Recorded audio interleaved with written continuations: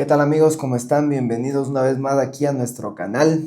El día de hoy vamos a topar un tema muy importante, ya que bueno, estamos iniciando este 2026.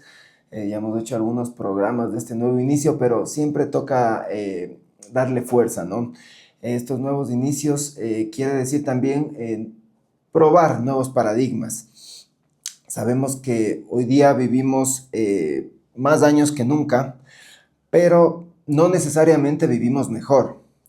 Tenemos más información, más tecnología, más comodidad, más bondades, de pronto desde el punto de vista superficial, pero bueno, yo creo que esos algoritmos, de esas narrativas, de esas ideologías y esas creencias rígidas nos dan esta ilusión de control. Es a eso a lo que llamamos metafóricamente la Matrix. Es decir, bueno, la Matrix, como ustedes lo sabrán, con esta popular película del año 98-99, nos plantea este concepto de que si tomas la pastillita roja te quedarías en la Matrix donde estás, o si tomas la pastillita azul, es como que lograrías este despertar, ¿verdad? Eso, claro, es una metáfora que nos plantean las hermanas Bukowski, pero que en la realidad en la que vivimos estaría más relacionado con toda esta, como les decía, esta ilusión de control, ¿no? Ahora que vivimos en tiempos de algoritmos, en tiempos de velocidad vertiginosa en cuanto a información, en cuanto a cambios, en cuanto a incertidumbre, Santi, porque vivimos en tiempos de incertidumbre, y lo importante es navegar esa incertidumbre, no tener la incertidumbre, porque eso es imposible. Así que, bueno, aquí nos planteamos unas preguntas muy importantes. Si vivimos en una especie de Matrix, en un mundo que no debería pertenecer o no deberíamos pertenecer, ¿queremos realmente salir de la Matrix, Santi? ¿Y por qué da tanto miedo salir de esta Matrix? ¿Por qué da tanto miedo coger estos nuevos paradigmas y vivir acorde a ellos, ¿no? Vale la pena despertar de un mundo tan incierto, de toda esta incertidumbre. Valdría la pena tener certidumbre todo el tiempo también. Eso es lo que nos planteamos aquí. ¿Y el futuro ya estaría escrito, Santi? ¿O todavía tendremos cierto margen de maniobra, cierto control sobre el futuro? Así empezamos el día de hoy con esas preguntas, Santi. Pancho y amigos, entonces es importante reflexionar que la Matrix para nosotros no significa simplemente ese encuentro simple con la verdad en el que tenemos que hacer una escoja de una pastilla o no, sino es una gran revuelta con nuestros hábitos, con nuestras formas de vivir. Es decir, no sería una rebeldía superficial, sino por el contrario, una invitación a todos ustedes en este nuevo año a pensar mejor. Pero Pancho, pensemos entonces desde nuestro lindero, ¿qué diablos es la Matrix, no? ¿Qué es esto? Es este sistema de alguna manera que nos está intentando simular una realidad, ¿no? Esa realidad que si bien como tú la cuentas en la película, se maneja de manera superficial porque la salida al final resulta algo como, digamos, algo accidental, no es al final la ingesta de una pastilla. Y nos lleva a este mundo distópico que sería inclusive peor que el mundo en el que vivimos.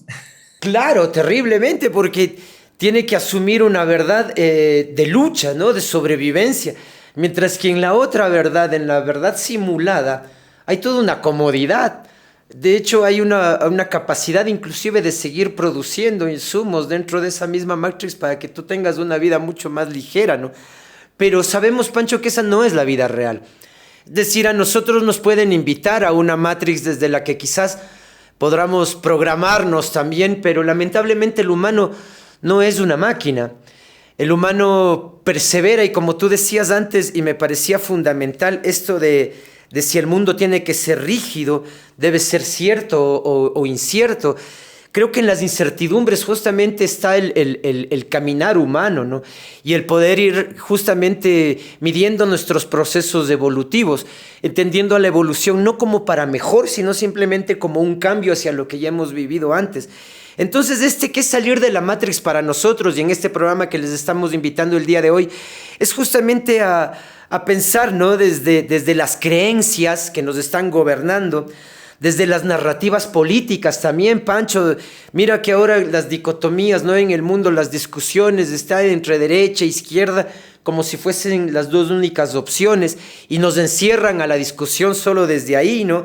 Hay modelos de éxito que nos invitan también a vivirlos, ¿no? Hollywood siempre nos está presentando las publicidades todos los días, esas familias en las que aparentemente vemos una felicidad perenne, y eso no es real. Nos damos cuenta que en la vida los trabajos no están diseñados para que nosotros seamos como seres perfectos, ¿no?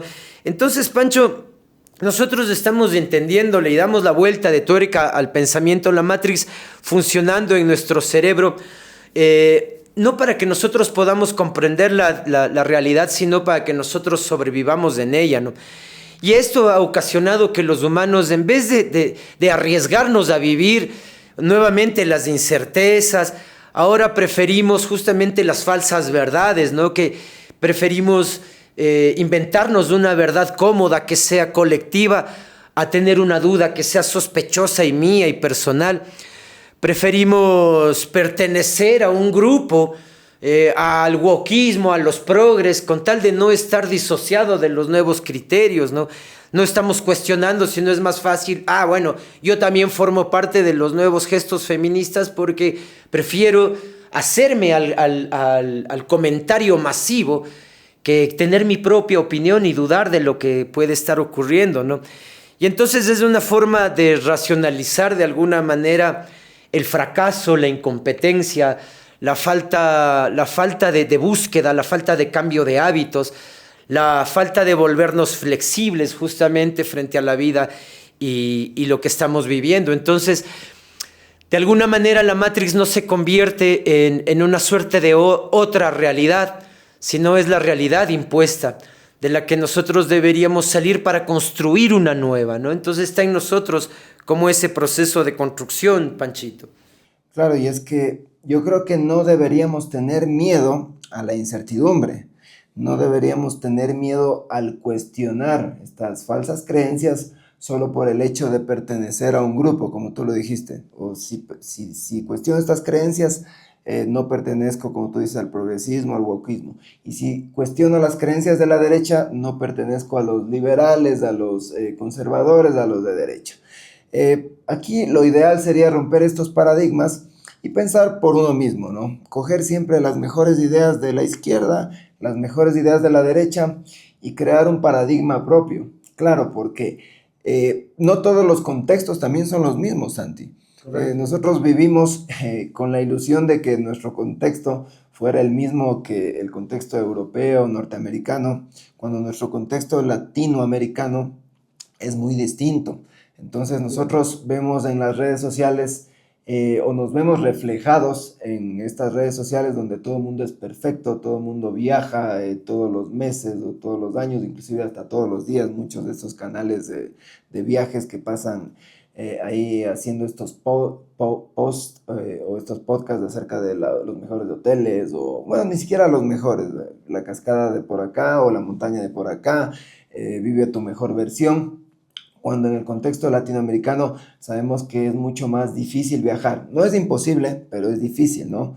Porque, claro, no todas las personas tenemos ni los medios y, bueno, en lo personal, ni las ganas de estar viajando todo el tiempo, ¿no? Entonces, ¿por qué nos da miedo despertar, Santi? ¿Por qué este miedo a coger estos nuevos paradigmas, a vivir en esta incertidumbre, de pronto navegar en estos mares agitados, donde, bueno, sabemos que podemos perder, pero también tenemos mucho por ganar? Y creo que pasa por ahí, por las dos últimas palabras que acabas de dictarnos, Pancho, el perder y el ganar. El humano está siempre también en esa dicotomía de ganar o perder. Entonces voy a hacer algo siempre y cuando me dé para ganar, ¿no? Entonces lo voy a hacer, si es que tengo la conciencia de que es beneficioso para mí. Nadie va a emprender una actividad sabiendo per se de que va a fracasar. Y el problema es que nos hemos acostumbrado quizás justamente a ese principio del devenir, el devenir exitoso, el devenir del triunfo, el devenir del ganador. Y ojo que esto del devenir del ganador es peligroso porque no siempre podemos estar en el plano del ganador, del triunfador, del exitoso. Y de hecho, para entender al éxito es necesario el fracaso. Desde el fracaso entonces puedo anticipar, puedo inclusive encontrar las grandes magnitudes de la diferencia entre eso y encontrar el porqué de la virtud del triunfo. Porque si solo estoy en el triunfo, quizás ya no voy a dar cuenta de justamente las virtudes de ese estado. Entonces me parece que el humano, a partir de ese juego entre ganar y perder, empieza a vivir una suerte de temor terrible, Pancho. Creo que hay algunos experimentos que se han dado, ¿no?, alrededor de esto, justamente que dan cuenta de cómo el ser humano prefiere la seguridad, ¿sí? Prefiere este estado de confort al que llamamos, ¿no? Es decir, yo ya estoy viviendo bajo ciertas circunstancias y no me imagino cambiarme de ahí. Espero algún día superar, pero como una suerte de esperanza, ¿no? Esperar que me llegue de algún momento, como decía los Nadies Galeano, que caiga la buena suerte como llovizna del cielo. Pero la suerte no cae ni en gotitas, dice Galeano, ¿no? Y muchas veces esperamos ese momento perfecto, que nunca llega. O sea, la gente siempre va esperando el momento perfecto para realizar sus nuevos proyectos.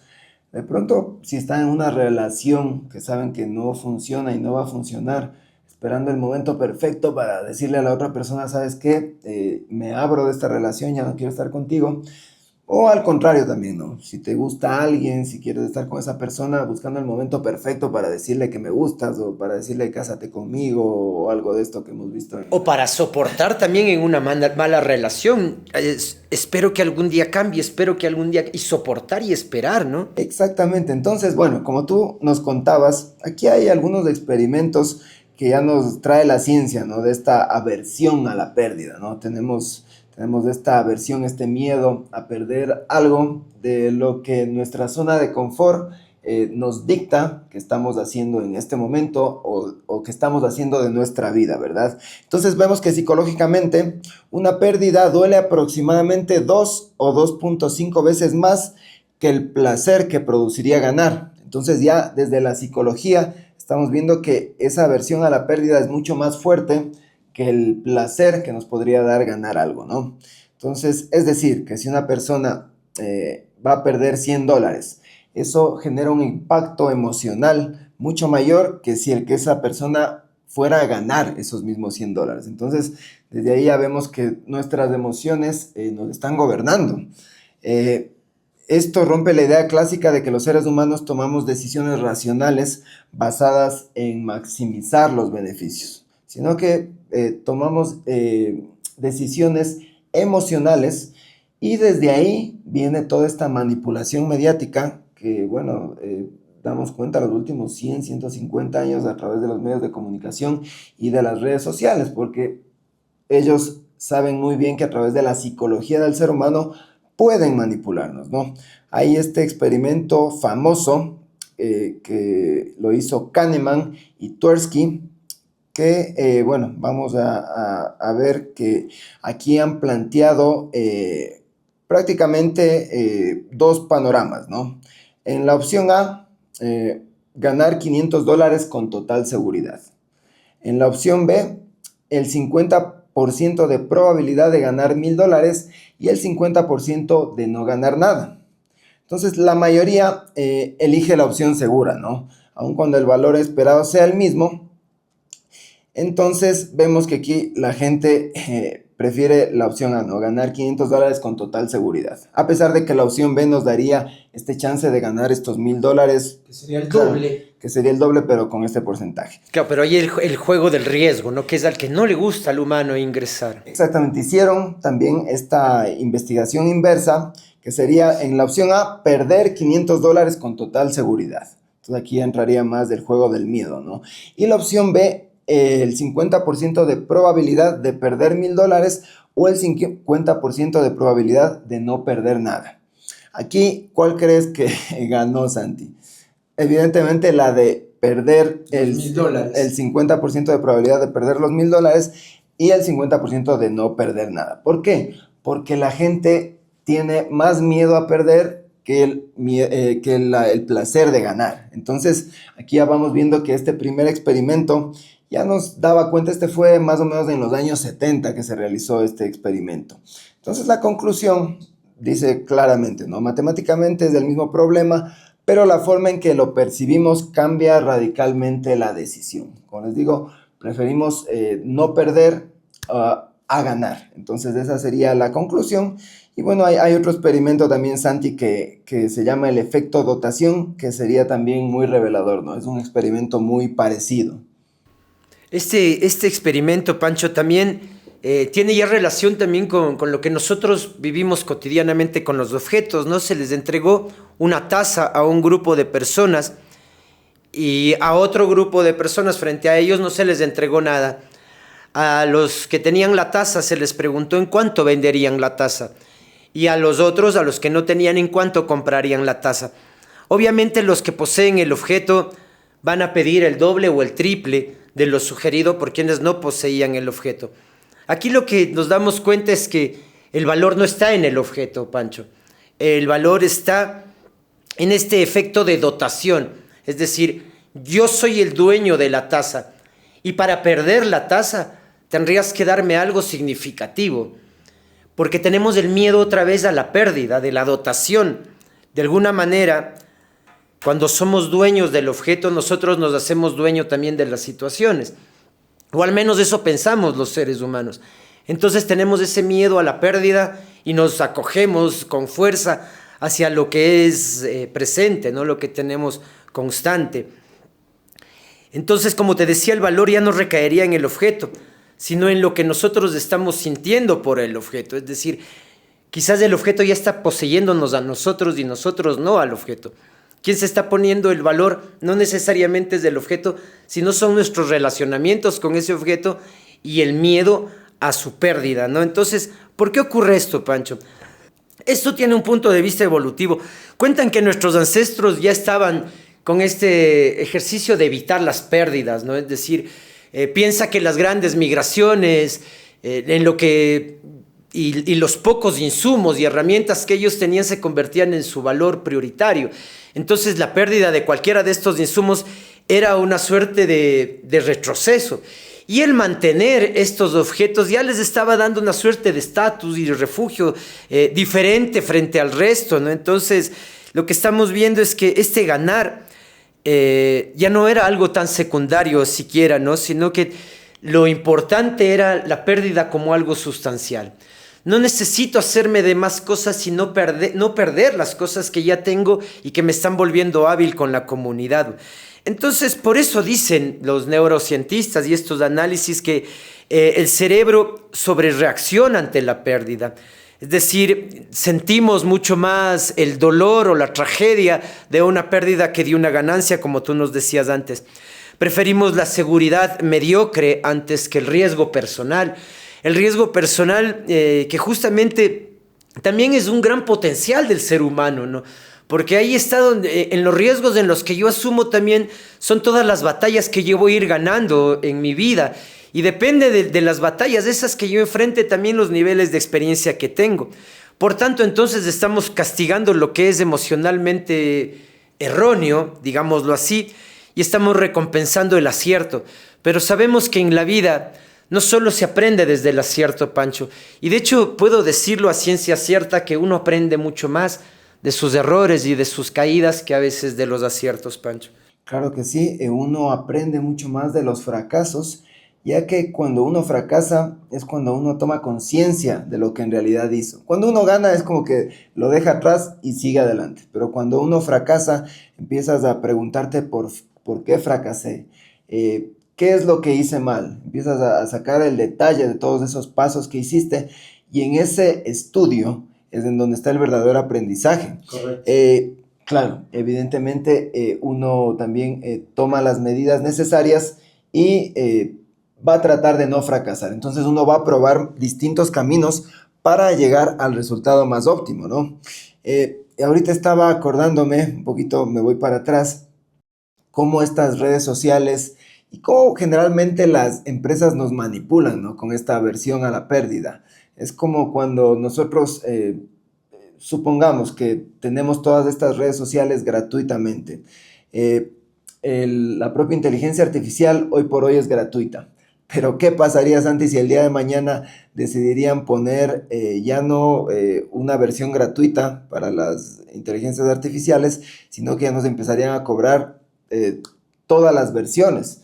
Entonces, yo creo que las personas, como ya dependemos tanto de la inteligencia artificial y tenemos esta aversión a esta pérdida, ¿no? Todo lo que nos han dado gratis no queremos perder, vamos a empezar a pagar. Y así pasa muchas veces en los mercados, ¿no? O sea, primero te dan de probar siempre para que uno ya tenga o ya establezca esa relación, como tú dices, con el objeto, en ese caso la tasa que nos mencionaba Santi, pero después, como no queremos perder, nosotros ya nos vemos obligados a pagar a través de esta manipulación. Claro, y muchas veces hasta por vergüenza, ¿no? O sea, esto pasa generalmente en las relaciones o cuando uno toma la decisión incorrecta al estudiar una carrera universitaria, por ejemplo.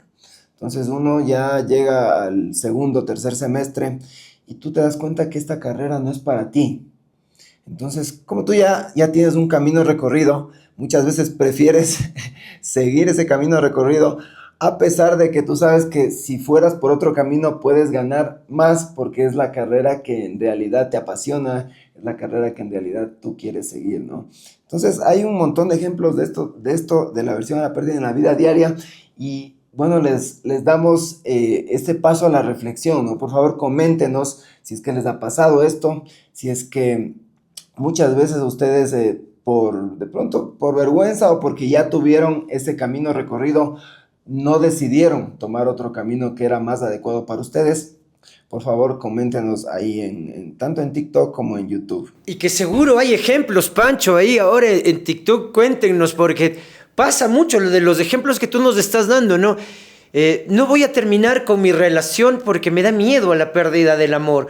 Entonces prefiero aceptar cualquier tipo de condiciones que me imponga la pareja con tal de no quedarme en soledad y perder esa relación. Entonces tenemos como una suerte de miedo a ese riesgo, ¿no? Igual pasa con las religiones, piensa Pancho esto, las heredamos y en algún momento yo creo que es necesario que tengamos ese pensamiento propio y empecemos a discernir si la religión que yo heredé de mi padre, con la que conviví mucho tiempo de mi infancia, realmente está nutriendo ya mi adultez o no, y yo tengo que entonces desquebrajarme también sensiblemente para encontrar nuevas deidades o nuevas respuestas de Dios. Las identidades, que es algo que siempre estamos conversando contigo, Pancho, el tema del mestizaje, por ejemplo. ¿El mestizaje hacia dónde? ¿Hacia el blanco, hacia el indígena, hacia el nativo? Entonces, para nosotros es mucho más fácil asumir una certeza, ¿no? Soy el mestizo, el que no se identifica mucho con nada, soy medio blanco, también tengo algo aborigen cuando me interesa, cuando son fiestas y tengo que folclorizar mi vida, pero el resto soy un mestizo blanco. Y entonces tampoco hacemos una identificación sincera de quiénes somos nosotros por agruparnos y pensar, eso está bien, ¿no? Esto pasa mucho en Latinoamérica, el no querer hacer una revisión sincera de quiénes somos nosotros, de nuestro pasado, nuestros ántropos, ¿no? Y de alguna manera salir de la matriz es eso, es aceptar que nosotros podemos perder, Pancho, entrar en zonas de desconfort, llamémoslo así, voluntariamente, para intentar encontrar también nuevas respuestas, soportar estos dolores psicológicos del yo no sé, es decir, está bien no saber las cosas también, caer en los vacíos de la ignorancia, porque desde ahí tenemos que salir, ¿no? Como tú decías, desde el fracaso empiezan a brotar las respuestas para encontrar las salidas. Ahora, no sé si era Aristóteles o Sócrates que decía, yo no he fracasado, simplemente encontré no era la opción de llegar hacia esa respuesta, ¿no? Entonces, es como ir abriendo justamente la diáspora de las opciones, Pancho. Exactamente, cambiar esta relación con el fracaso. Porque claro, hemos heredado el pensamiento de nuestros abuelos y de nuestros padres que fracasar es malo. Entonces yo recuerdo a mi papá alguna vez, ya no sirve esa carrera que estaba siguiendo, fracasaste. Claro, y evidentemente eso te hace sentir mal, me hizo sentir mal en su momento, Pero yo ya desde temprana edad había racionalizado esto y había dicho, no, pues, o sea, un fracaso no es el fracaso en la vida, puede ser un pequeño fracaso, un pequeño traspié en la carrera que seguí en un primer momento, en una primera instancia, o en una relación que me equivoqué. Yo me he equivocado muchas veces en las relaciones a lo largo de mi vida, pero que si hubiera insistido en esas relaciones perniciosas, en esas relaciones tóxicas, yo creo que no habría llegado a donde estoy ahora.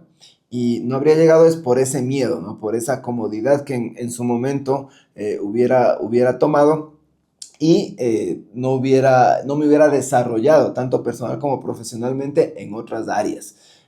Hay un cuadro que se repite bastante aquí en Latinoamérica, que es todavía en cuanto conservadora, que es prácticamente la señora o la madre de familia que decide no separarse de su marido, de su esposo, primero por miedo a no ser, a no poder ella por ella misma obtener los recursos, porque sabemos que aquí en Latinoamérica, bueno, a pesar de que ya esto se ha dado en todo el mundo, tanto papá como mamá trabajan, pero aquí como todavía somos un poquito más conservadores, vemos que solo es el hombre todavía el que trabaja en ciertos sectores, ¿no? Entonces la mamá se dedica a cuidar a los niños, bueno, esto pasaba en las generaciones pasadas, pero yo veo todavía este cuadro, Santi. Entonces, la mujer, por miedo al que dirán, por miedo a que ella no va a poder obtener los recursos para sostener a sus hijos, muchas veces inclusive soporta abusos físicos, Santi. Correcto. Y eso es lo que, claro, eso es lo que muchas veces vemos, es que esta aversión a la pérdida de estas madres es mucho mayor a la posibilidad inclusive de liberarse, ¿no? Entonces, hay otro término que, bueno, no lo íbamos a tratar aquí, que se me viene a la mente, que es esto que se llama la indefensión aprendida. Entonces, esto de indefensión aprendida, hay un ejemplo muy claro que hacen con un elefante de circo. Entonces, una elefanta tiene a su bebé elefante, claro, y el pequeño elefante, como, claro, nació en cautiverio, desde pequeño siempre le ponían una correíta en la pata, ¿no? Atado a una silla o a una mesa, y mientras fue creciendo, el elefante seguía atado a la silla y a la mesa. Y él nunca se movía, nunca pensó que podía librarse de esto, ¿no? Como siempre vivió en cautiverio, entonces este aprendizaje que él tuvo era permanecer siempre con la correa atado a la mesa y a la silla. Pero ya cuando el elefante creció, claro, evidentemente todo el mundo se preguntaba si el elefante simplemente con un empujón destrozaría esa silla y esa mesa, ¿no? Inclusive cuando era ya grande, cuando era un elefante que pesaba ya toneladas, él no se liberaba, simplemente porque ya había aprendido a estar quieto, inclusive a costa de permanecer prácticamente en un ambiente que no era el suyo, ¿no? Él no conocía nada más, aprendió esta indefensión y a pesar que él hubiera tenido ganas de salir, ganas de hacer otras cosas, no lo hacía. Primero, claro, porque no conocía. Segundo, por miedo, porque me imagino que tenía miedo de qué sé yo, de saltarse los cánones, las normas que estaban en el circo, porque sabemos que en el circo inclusive les pegan, les golpean a los animales, ¿no? Esto, trasladado a la vida diaria, es lo que prácticamente hacemos la mayoría de seres humanos. Entonces, como aprendemos ¿cómo se llama? Estos hábitos heredados, difícilmente llegamos a cuestionarnos y difícilmente llevamos a romper estas cadenas, ¿no? Para de pronto decir, este camino no es el que me conviene, sino mejor tomo el otro camino donde puedo ganar más y donde puedo ser más exitoso y donde puedo liberar todo mi potencial y ser la mejor versión de mí mismo, que es de lo que hablan ahora inclusive hasta los coaches y desde la filosofía también se habla esto, ¿no? Así es, Pancho. Y lo que obliga esto entonces es que las personas empiecen a defender y a hacer racional su inmovilidad, ¿no? Es decir, me voy a quedar, como tú dices, aceptando cualquier tipo de vivencia en respuesta a que ya tengo algo. Es decir, la comodidad de lo que ya tenemos, ¿no? Entonces, así como que empezamos a atacar lo nuevo, sacralizamos sobre todo las narrativas que prometan la estabilidad Entonces solo queremos estabilidad. Cuando alguien nos habla de algo que sea medio inestable, enseguida nos genera temor. Esto todo está ocasionando que nosotros vivamos un fanatismo ideológico. Pasa con las izquierdas y las derechas. Si tú haces un comentario en contra de algún izquierdista, inmediatamente te salen comentarios como facho, degenerado, y luego igual si es que tú haces algo en contra de la derecha empieza, ¿no? Dictador, eres como séquito de perversos. Al final es como un rechazo, ¿no? Que nos empezamos a dar a la misma vida. Claro, Santi, y da miedo cuestionar estas ideologías justamente por el miedo a no pertenecer, ¿no? Ese es otro de los miedos que si tú de pronto, qué sé yo, tienes tu trabajo o tú perteneces a un colectivo de izquierdas, pero que claro, estas ideologías los últimos años vinieron a degenerarse, ¿no? A tener cierto tipo de excesos. Entonces, claro, mucha gente se ha dado cuenta y se ha apartado. Pero si la mayoría de gente o si toda la gente que se hubiera dado cuenta de los excesos de estas ideologías se apartarían o tomarían otra postura, yo creo que hace rato que se hubiera debilitado todo este wokismo, este progresismo y no hubiera ido a parar al más allá. Pero como la gente tiene miedo de cambiar este paradigma, tiene miedo de alejarse de su grupito, de no pertenecer, entonces siguen ahí atados a pesar de sus verdaderas convicciones. Correcto, y convicciones que se van a ir muriendo, Pancho, y empieza a convertirse en un fanatismo, porque obviamente como no tienen una lectura crítica, hacen una defensa a ultranza de sus comentarios, ¿no? Y aquí es necesario traer a colación a un pensador libanés llamado Nassim Taleb. Él hablaba justamente que las minorías fanatizadas pueden de hecho cambiar la historia. Porque lo que estamos diciendo también, Pancho, es que son minorías al final las que están proponiendo con el wokismo ciertos cambios sociales, ¿no?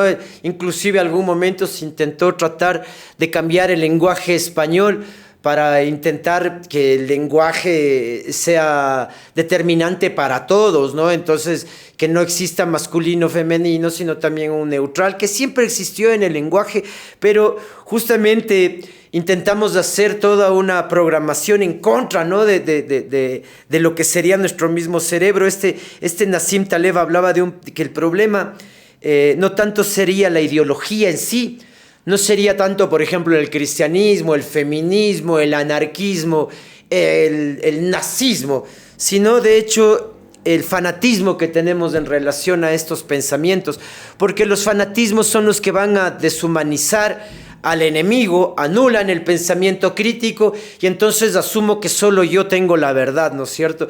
Es justamente el derrotero desde el que las ideologías políticas, la misma religión y como tú decías, Pancho, estos nuevos conceptos que ahora son de vanguardia en las sociedades modernas están irrumpiendo como el wokismo, ¿no? Que nos proponen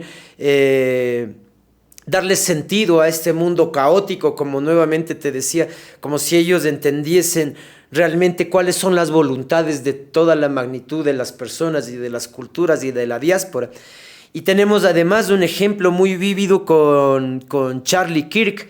¿Recuerdas de este gran personero de los republicanos norteamericanos que fue asesinado justamente en un meeting político en el que se estaba justamente determinando ciertos elementos en los que se iban a confrontar obviamente con los otros ismos, ¿no? Con el wokismo? Entonces en esos enfrentamientos es que ocurre la muerte de este político republicano y lo que justamente nos da cuenta de cómo la ideología empieza a convertirse en dogma, en una suerte de fanatismo, ya se riega de lo que debería ser algo racional, ¿no? Claro que sí, este lamentable suceso del asesinato de Charlie Kirk, quien, como tú nos dices, era un activista político, ¿no? Que yo, si no estoy mal, en ese entonces él estaba hablando a favor de la aportación de armas, o sea, de aportar armas de los Estados Unidos.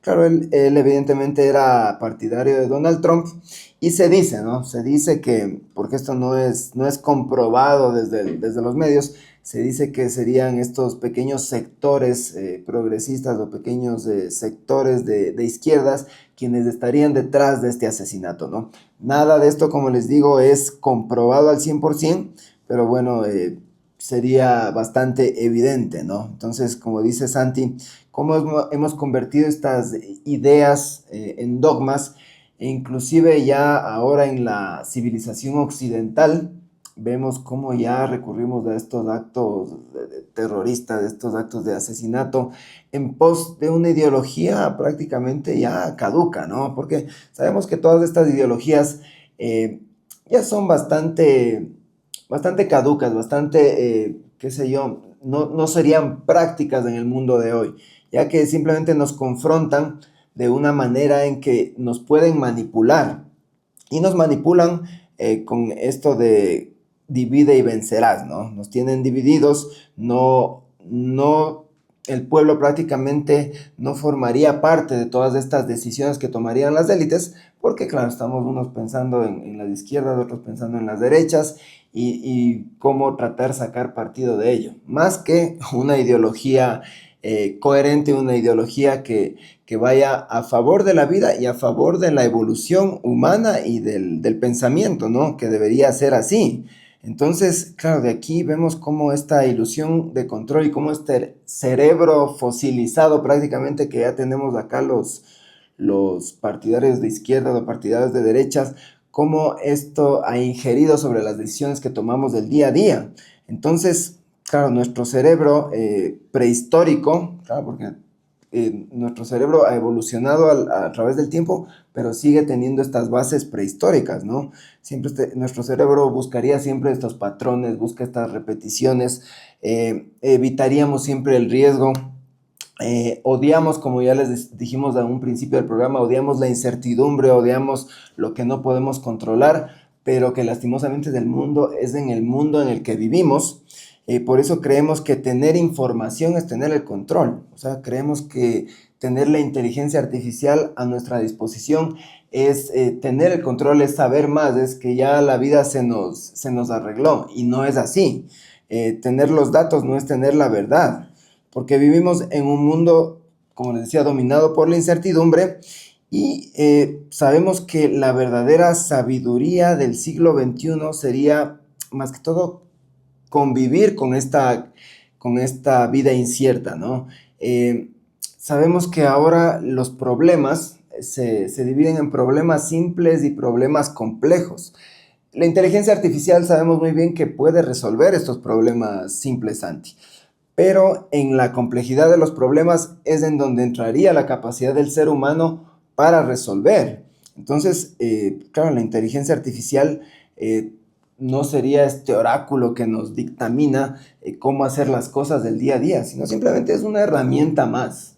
Así como tuvimos la revolución agrícola, la revolución industrial, ahora en esta revolución tecnológica, disponemos de nuevas herramientas para evolucionar y para hacer las cosas mejor y de una manera más rápida también, ¿no? Que lastimosamente la productividad así lo requiere.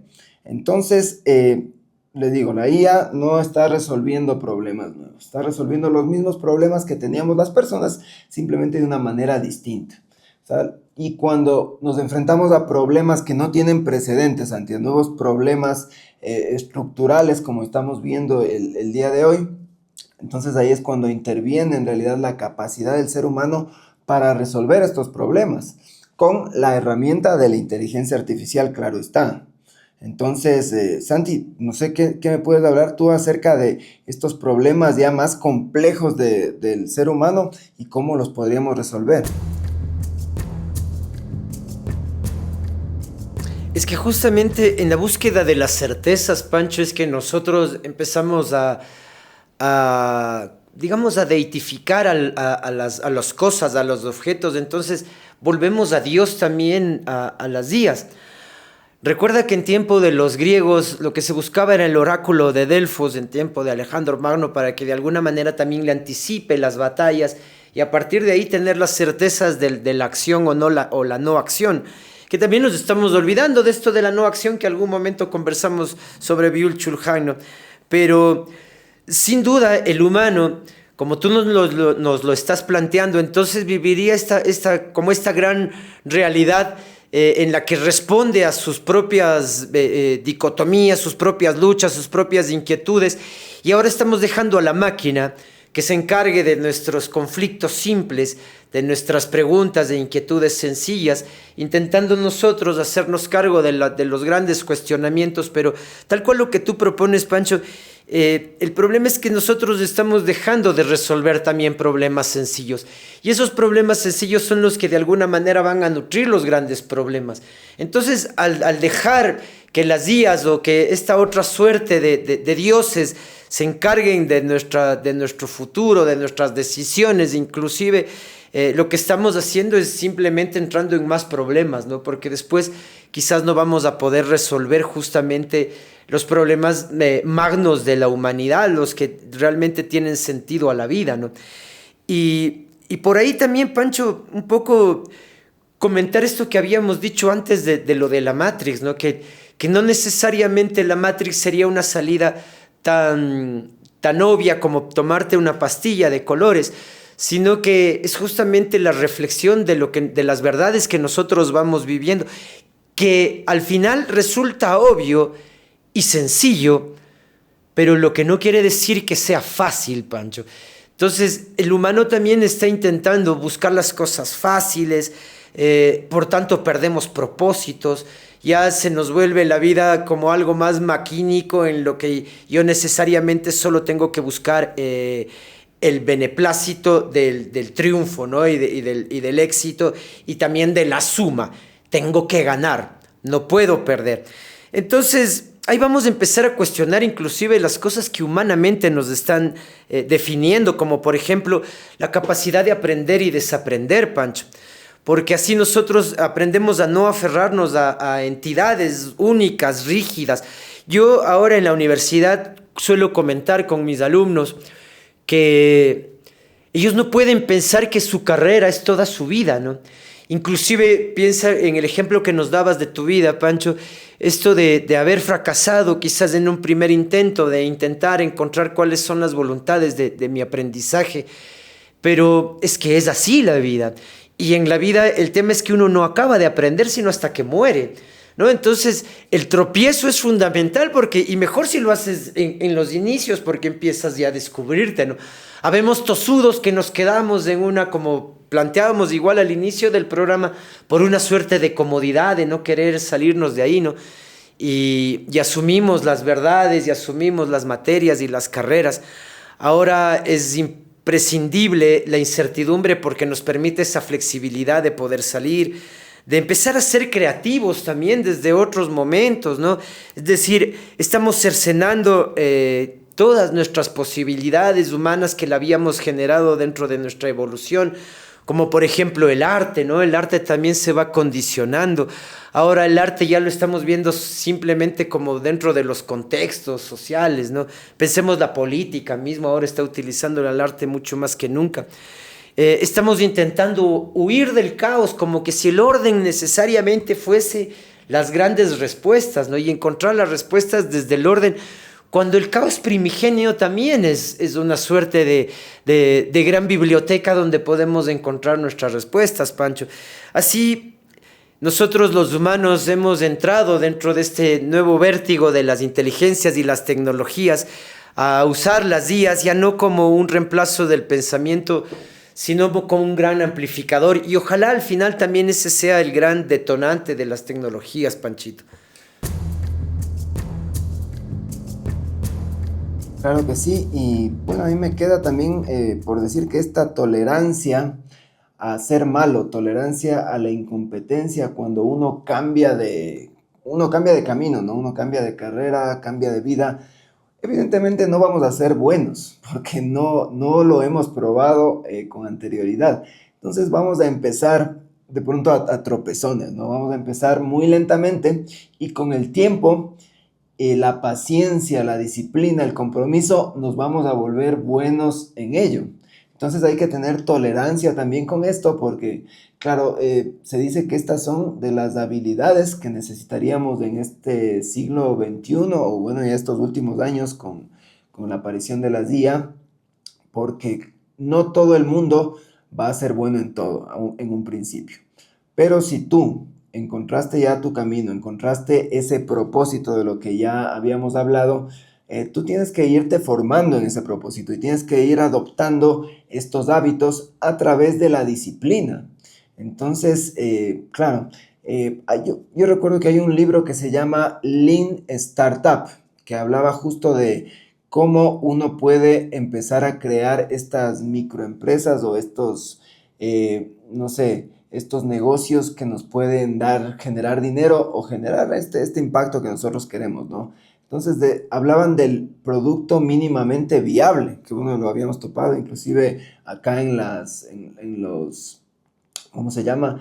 En las pequeñas empresas que hemos tenido acá con Santi, porque el producto mínimamente viable es el que nos da esta luz para nosotros llegar de pronto al final del camino a tener algo con el cual rentabilizar nuestro conocimiento y rentabilizar lo que nosotros hacemos el día a día. Entonces, ya desde el punto de vista del propósito, tenemos este término que llamamos Ikigai, ¿no, Santi? Que te hablaba, que es en qué eres bueno, qué te puede dar de comer y qué es lo que te gusta. Serían estas tres aristas que en donde confluye, ahí está tu Ikigai o tu propósito. Entonces, claro, no es solamente lo que te gusta, sino también en lo que eres bueno. Porque claro, si de pronto te gusta algo, pero no tienes el mínimo talento para ello o no tienes la habilidad, entonces evidentemente te va a tocar tomar otro camino. Claro, así no te guste, pero así lastimosamente es la vida.